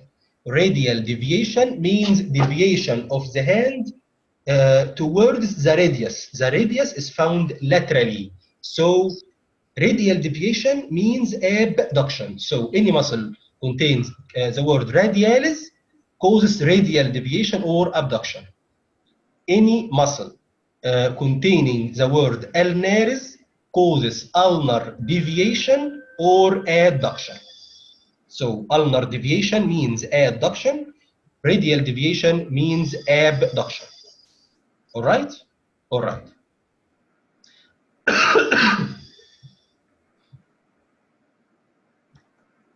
So, by the way, if there is paralysis in flexor carpi radialis, what will happen? if there is paralysis of flexor carpi radialis, the predominant muscle will be this. So there is two forces controlling deviation of the hand to lateral and medial side, abduction and adduction. Flexor carpi radialis causing abduction, flexor carpi ulnaris causing adduction. If there is paralysis in flexor carpi radialis, so the predominant muscle will be flexor carpi ulnaris. So ulnar deviation or adduction of the hand will occur. We will need this information after some time. Okay.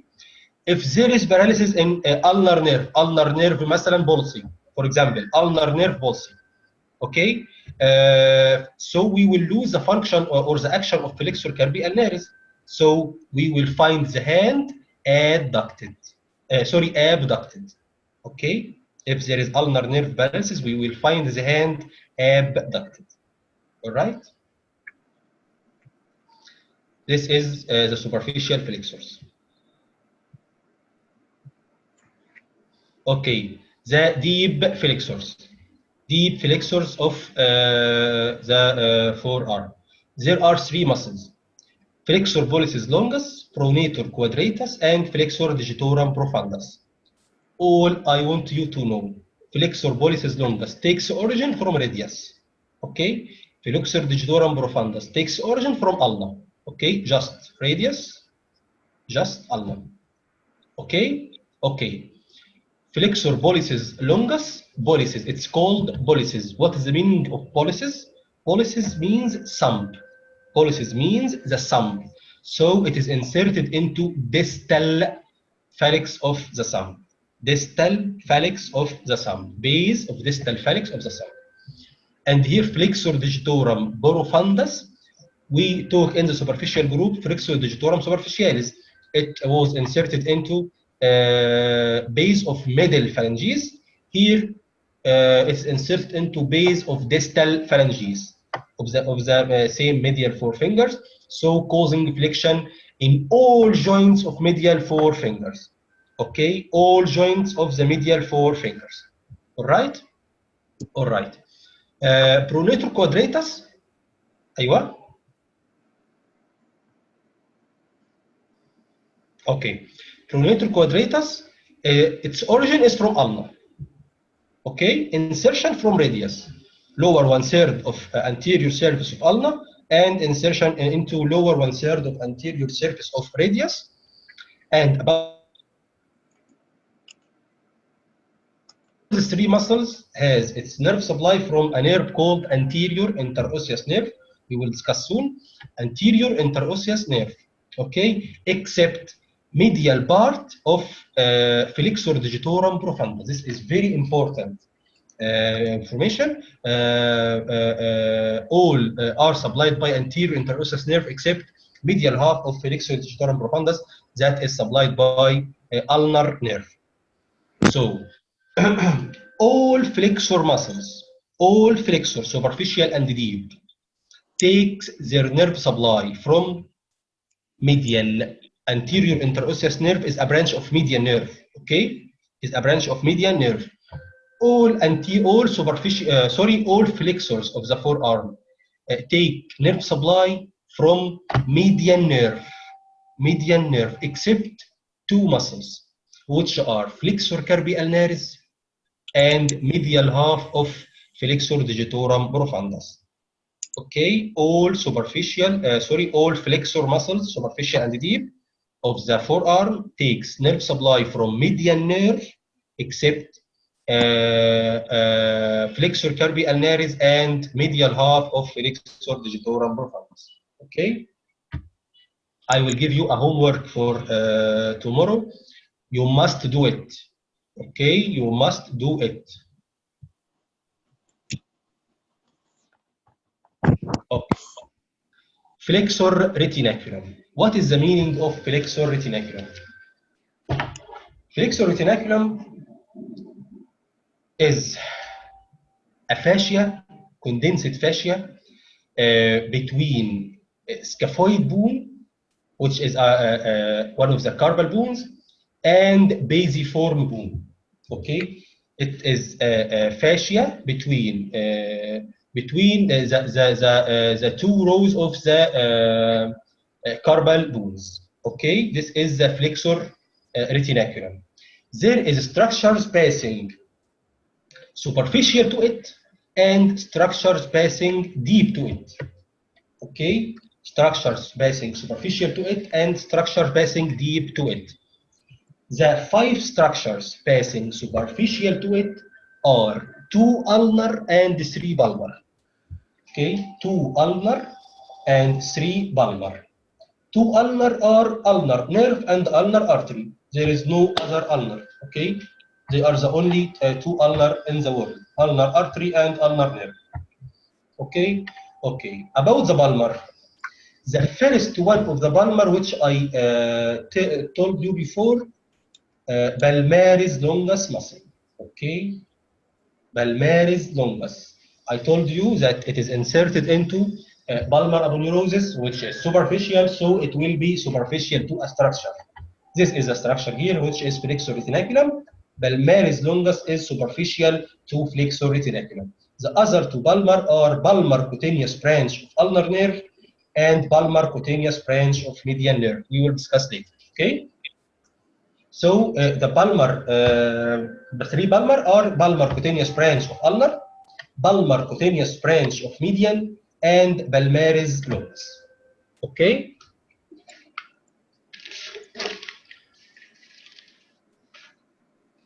Okay. Okay.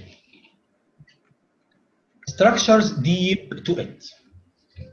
It's very, very easy. Okay. Structures deep to it. We have how many flexors of forearm does we have? They are 8. Okay, 5 superficial and 3 deep. Okay, 5 superficial, which are palmaris longus, flexor carpi radialis,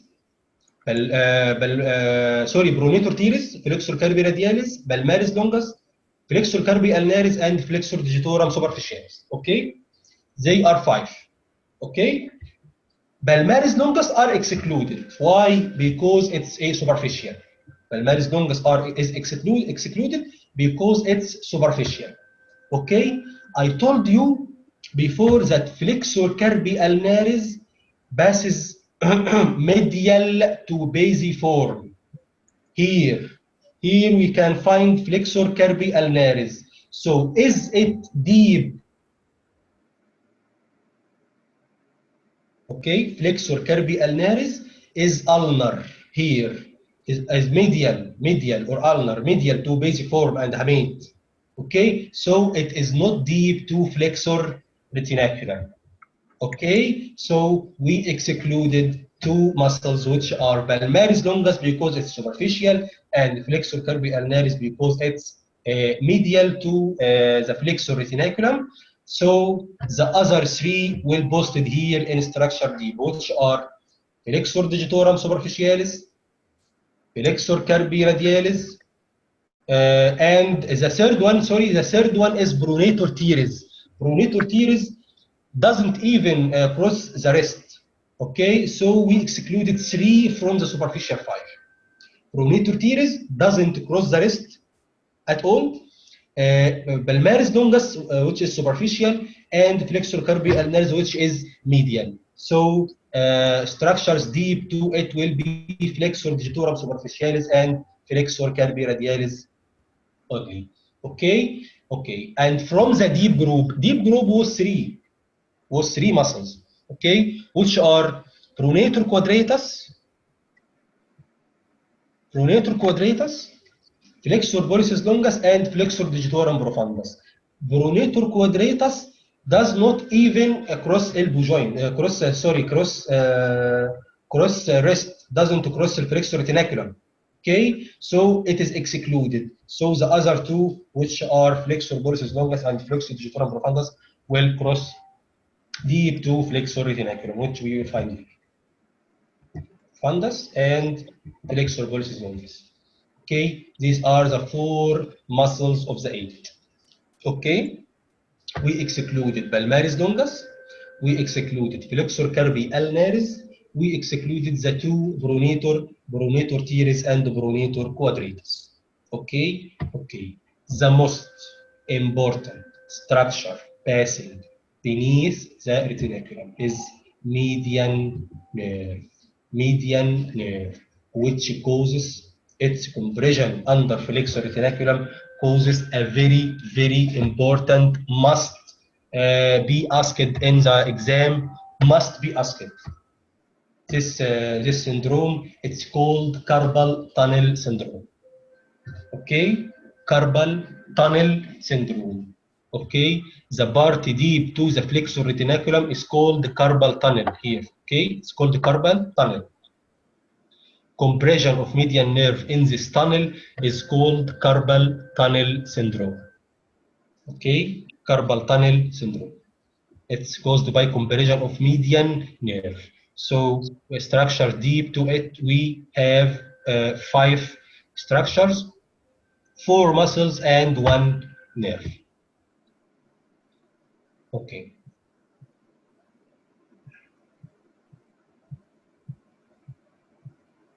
Okay. Now, rapidly, very rapidly, we will discuss median nerve. Nearly, we talk all information about it. We will just organize the information we took before. As origin, origin we talk in brachial plexus that it has 2 roots.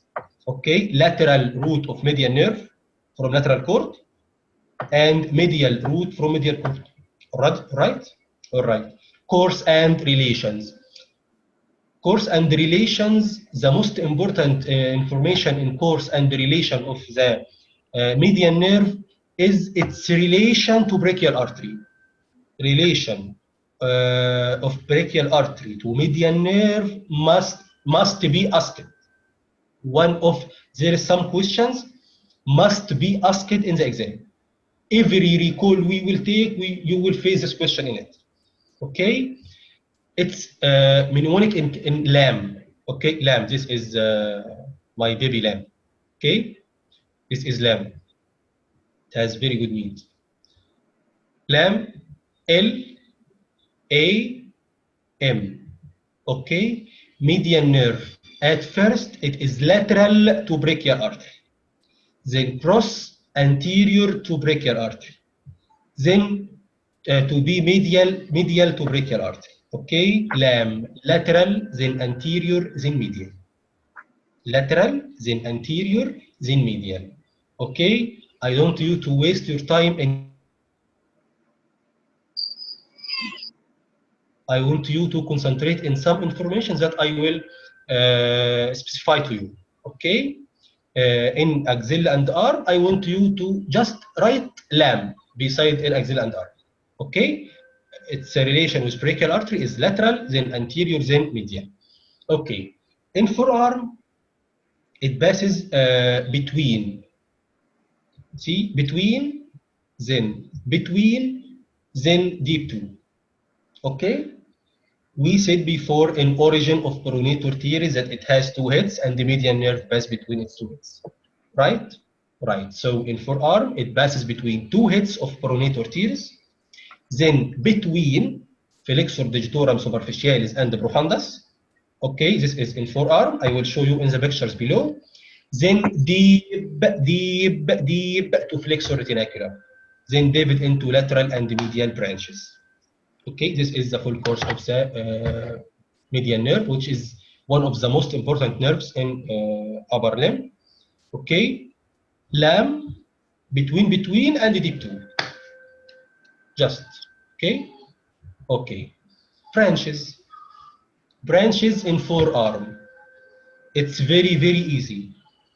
Okay? Muscular branches to superficial group of muscles except flexor carpi ulnaris. These are the rest, this is the other 4. Okay? Okay. Gives anterior interosseous nerve. Anterior interosseous nerve. Anterior interosseous nerve gives the 3 muscles of deep flexors, which are flexor pollicis longus, flexor digitorum profundus, and pronator quadratus.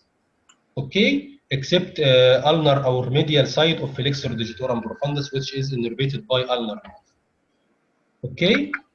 Okay, these are muscular branches. It has no sensory branches. Any nerve contains the word interosseous has no cutaneous branches. Okay? Okay. Before going to its branches in the hand, I want to discuss some information about the hand with you. Okay?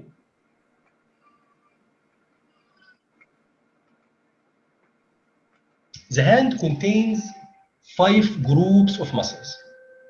5 groups of muscles. This elevation, examine your hand please, the elevation beneath the thumb is called thenar eminence, and muscles causing this contour is called thenar muscles. Okay?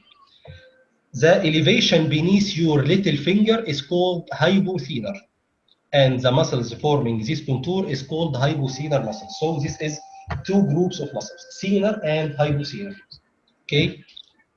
The third muscle is called adductor pollicis. This is called adductor pollicis. This muscle also is a must in the exam. Adductor pollicis muscle and its injury and its nerve supply must be a question in the exam. Okay, adductor pollicis muscle. The other 2 are called lumbricals and interossei. Lumbricals and interossei. So we have thenar, hypothenar, adductor pollicis, and lumbricals and interossei. Okay, interossei are divided into dorsal interossei and palmar interossei. Okay, okay. This is a brief of muscles of the hand. Okay. All muscles of the hand. All muscles of the hand. We should just put this information. Okay. Okay. In the hand. This is the muscles of the hand. Okay. I want to talk with you about sensory innervation of the hand. Okay. This is sensory innervation of the hand. All right. This is the medial 2/3 of palm, and this is medial 3.5 fingers. Okay, medial 2/3 of palm and medial 3.5 fingers. This is the This is the lateral 2/3 and lateral 3.5 fingers. This is the medial 1/3 and medial 1.5 finger. Okay, okay. Lateral 2/3 medial nerve. Okay, this is cutaneous nerve supply of hand. Lateral 2/3 of palm and lateral 3.5 fingers are supplied by median nerve. Okay, this is the palmar side. This is the palmar side of hand. So we divide palmar side of hand into lateral 2/3 of palm and lateral 3.5 fingers, which are supplied by median nerve. Okay, okay. So this is the dorsum of the hand. This is the dorsum of the hand. We also divide it into dorsal 2/3 of palm and dorsal 3.5 fingers. I think I have a better photo.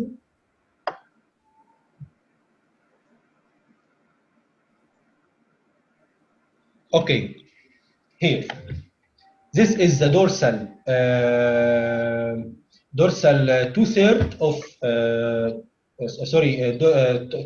dorsal 2/3 of dorsum of hand and dorsal 3.5 fingers. They are supplied by radial nerve.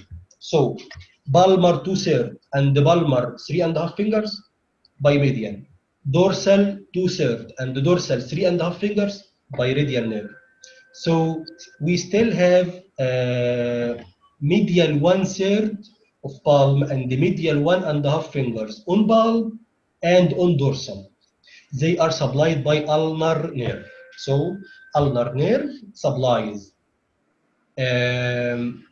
palmar and the dorsal 2/3 of palm, palmar and the dorsal 1.5 fingers. This is very important. about cutaneous nerve supply of hand. Okay, this yellow part represents nerve supply by median nerve, which are lateral 2/3 of palm and lateral 3.5 fingers, and dorsal 2/3 of dorsum of hand and dorsal 3.5 fingers by radial nerve, and this blue part on palmar and dorsal surfaces by ulnar nerve. Okay, okay. So we will return now to median nerve.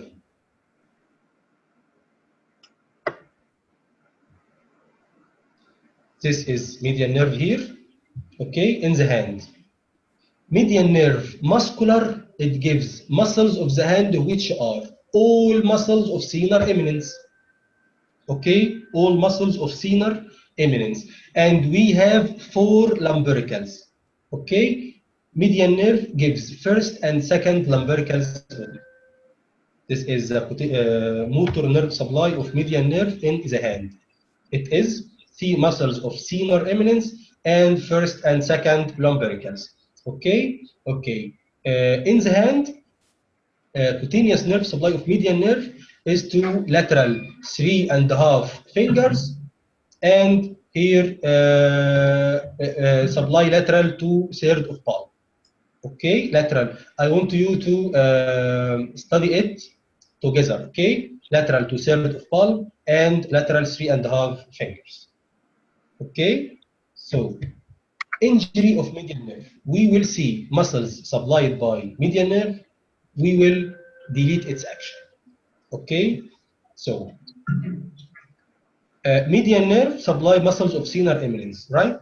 So in case of injury to median nerve, we will see flattening in senar eminence. Flattening in senar eminence, no contour, as axillary nerve was innervating deltoid muscle. In axillary nerve injury, we will see flat shoulder. Here we will see flattening of senar eminence. One of the senar muscles is called opponent's pollicis. Opponents help you in opposition. Okay, so we will lose its action also, so we lose of some opposition. Okay, and of course paralysis of first and second lumbricals. This is the injury of median nerve in wrist. Okay, it's injury above elbow, at or above elbow joint. All right, the paralysis will be as wrist, and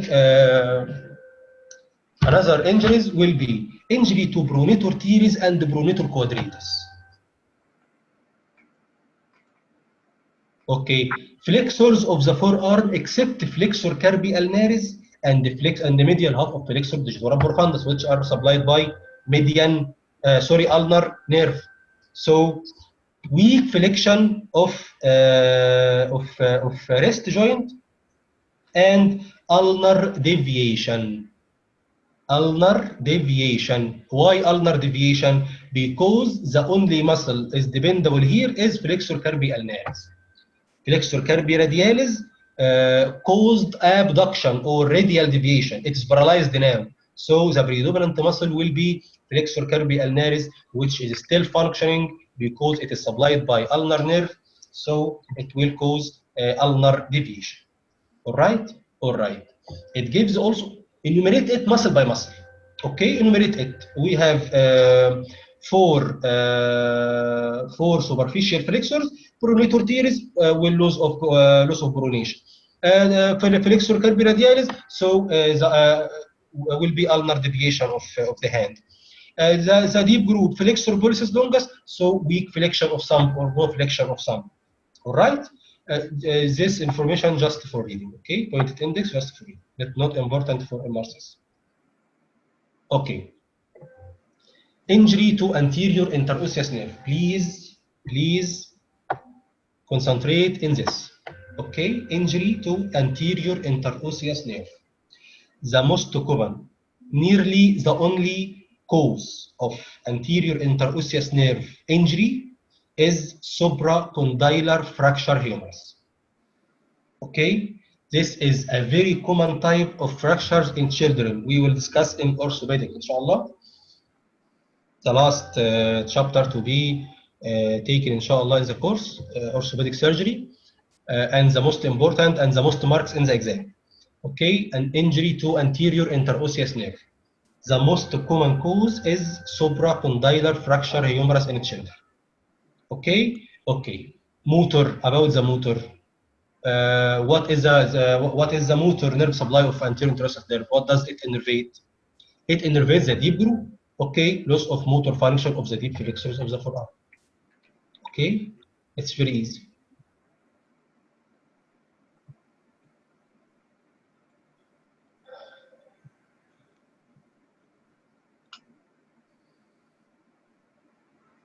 Okay, we will talk now about ulnar nerve.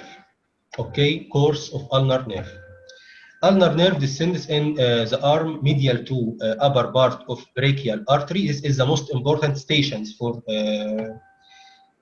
ulnar nerve. I want you to just know these three stations marked in yellow. Okay, medial to upper part of brachial artery, then pass back to the medial epicondyle. In the back of the medial epicondyle, it is the most common site of injury of ulnar nerve. Okay, back of medial epicondyle, then pass between two heads of flexor carpi ulnaris, as we said before. Its branches of ulnar nerve. It's very easy. Muscular branches, just for flexor carpi ulnaris and the medial half of flexor digitorum profundus, and cutaneous branches. I said to you before, cutaneous branches of ulnar nerve are for medial side of palmar 1/3 and the dorsal 1/3 of hand, and palmar and the dorsal sides of medial 1.5 fingers. It's very easy. In the hand, it gives the rest of muscles of the hand. Okay, median nerve innervated. Senar, muscles of senar eminence. I enumerated to you the 5 groups of muscles of the hand. 5 groups: senar, hyposenar, adductor pollicis, 4 lumbricals, and 4 interossei. Okay, median nerve innervated senar muscles and first and second lumbricals. Here we will find adductor pollicis, hyposenar, palmar interossei, dorsal interossei, and third and fourth lumbric. It's very easy. Okay, its injury also very easy. Okay, at rest, you will lose the function of the nerve in the hand. So adductor pollicis will be lost. So the thumb will be abducted. Important note, besides this adductor pollicis muscle palsy, it is tested by a test called Froment's test. It's tested by a test called Froment's test or Froment's sign. It's here, I think. Okay, Froment's sign. Okay, you hold, you give the patient a piece of paper and ask him to pinch this piece of paper between thumb and index finger. Okay, if the thumb interphalangeal joint will flex, it should not be flexed, it should be adducted to test the adductor pollicis. Okay, if the interphalangeal joint of thumb still adducted, still extended and adducted, so ulnar nerve is intact. If the patient starts to flex the interphalangeal joint of thumb as in this picture, so adductor pollicis is paralyzed and ulnar nerve has injury in the wrist. Okay, it's called Froment's sign or Froment's test. It is very important. Please write it next to adductor pollicis muscle injury. Okay. The second is hyposenar, so flattening and atrophy of hyposenar eminence. Interossei and lumbricals, we will take the function of interossei and lumbricals and muscles of hand. Okay, about the sensory innervation, as we said before, we will lose the cutaneous nerve supply of ulnar, which is palmar 1/3 of hand and the dorsal 1/3 of medial part of, medial 1/3 of palmar, medial 1/3 of dorsum, and medial 1.5 finger on palmar side, and medial 1.5 finger in dorsal side. Okay, okay. The most important information about ulnar nerve injury is this. Okay, injury to ulnar nerve causes deformity. The deformity is called clawing of the hand. What it's called? It's called clawing of the hand. What is the meaning of clawing of the hand? Clawing of the hand is we have two types of clawing.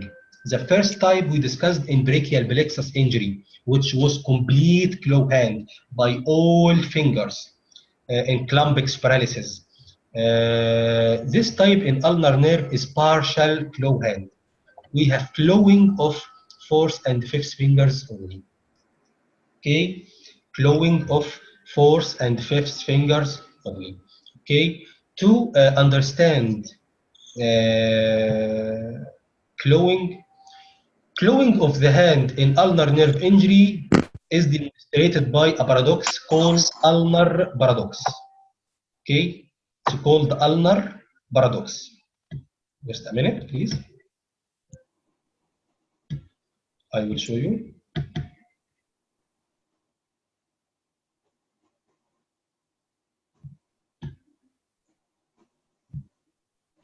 Okay, please. Can you see this?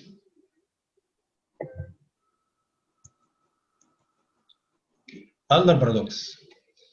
There are two groups of muscles affecting fourth and fifth fingers. They are lumbricals and flexor digitorum profundus. Flexor digitorum profundus have or has 4 tendons. The medial two are for ring and little finger. Okay. Okay. What is the action of flexor digitorum profundus on on these fingers? Cause flexion في الانterphalangeal joints. Okay. Okay. Lumbricals muscles. Lumbricals, as we said before, cause flexion in metacarpophalangeal joint, as we said in this photo. This is the action of lumbricals, flexion in metacarpophalangeal and extension in interphalangeal joint. Okay, here flexion and extension in interphalangeal joint. So this, if the muscle is intact, flexion in metacarpophalangeal and extension in interphalangeal. Okay, when we talk about paralysis of lumbricals, if paralysis of lumbricals occur, the lesion will be in interphalangeal joint. So there will be clawing. So please concentrate with me now, okay? Okay. There are two types of ulnar nerve injury. At the wrist or at the elbow, okay? If the ulnar nerve is injured at the wrist, the only muscle which is paralyzed will be lumbricals, right? Right. So what will happen when ulnar nerve is injured at the wrist and lumbricals only is injured? When lumbricals is injured, there will be flexion of interphalangeal joint, right? Right. Potentiated by the flexion which occurs by flexor digitorum profundus, right? Right. So now there are two forces: the force of paralysis of lumbricals, the force of action of flexor digitorum profundus. Two forces causing flexion in interphalangeal joint. So the net result will be marked clawing. Marked clawing. Why marked clawing? Because there are two forces now affecting the flexion of interphalangeal joint. Okay. At the other hand, if the injury is at or above the elbow, if the injury is at or above the elbow, we will have paralysis of flexor digitorum profundus, as the medial half of flexor digitorum profundus is supplied by ulnar nerve. Okay, okay. So now we will lose this function. We will lose the function of flexor digitorum profundus if the lesion is above the elbow, at or above the elbow. So the only power affecting flexor flexion of interphalangeal joint will be the defect of lumbricus, right? So it will be less flowing. Okay, if you understand it from the first time, it's okay. If you don't understand it, I just want you to know this sentence only. Okay, the higher the lesion, the less clawing. The lower the lesion, the more clawing. Okay, the higher. Finally, you want to solve in the exam. If you understand it from the first time, it's okay. If anyone want to understand it again, please WhatsApp me and I will demonstrate it again. Okay. The higher the lesion, the less the clawing. The higher the lesion, if it is above the elbow, the less the clawing. The lower the lesion, if it is at rest, the more the clawing. Okay? Okay. This is about ulnar bodies. This is ulnar nerve below, behind the medial epicondyle, which is the most common site of injury.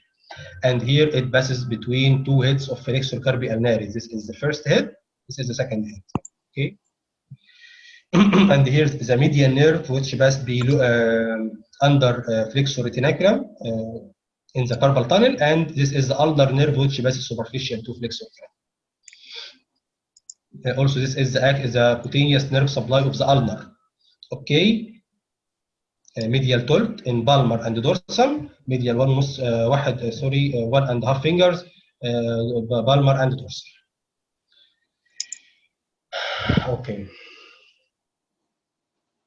Okay. Extensor muscles of the back of the forearm.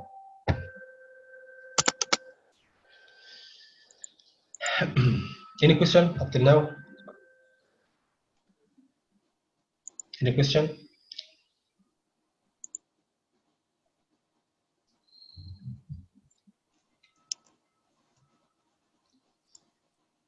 Upper limb is too long.